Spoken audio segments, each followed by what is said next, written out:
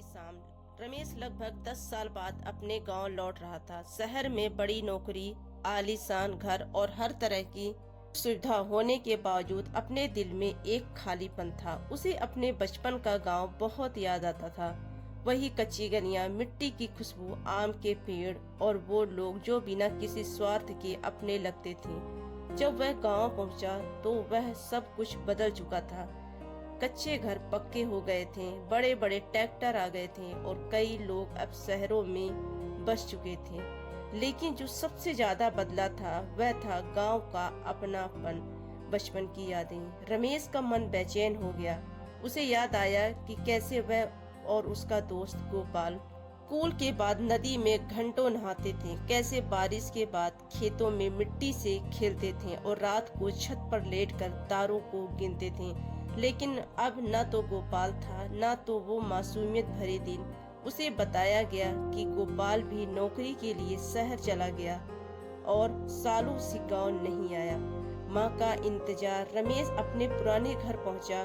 दरवाजे पर बूढ़ी माँ खड़ी थी, आंखों में इंतजार के आंसू लिए। उन्होंने कांपते हाथों से रमेश के सिर पर हाथ फेरा और कहा, बेटा तू बहुत बड़ा आदमी बन गया है, लेकिन मैं तुझे रोज उस छोटे रमेश की तरह याद करती हूँ जो मेरे साथ रोटी खाता था, जिसे मैं हर रात लोरी सुनाकर सुलाती थी। रमेश के गले से कुछ नहीं निकला। उसने माँ का हाथ थामा और पहली बार महसूस किया कि सफलता और पैसा कभी माँ के प्यार की जगह नहीं ले सकते। वो आखिरी शाम को रमेश गांव की गलियों में घूमने निकला। वह हर उस जगह गया जहां बचपन के यादगार पल बीते थे। स्कूल, पीपल का पेड़, गांव का कुआं। लेकिन वह अब सब कुछ बदल चुका था। बचपन में जहां दोस्त इकट्ठा होते थे वहां अब सन्नाटा था। उसे महसूस किया कि जिंदगी की दौड़ में हम सब कुछ हासिल कर सकते हैं, लेकिन गुजरा हुआ वक्त और गांव की सादगी कभी वापस नहीं आ सकती।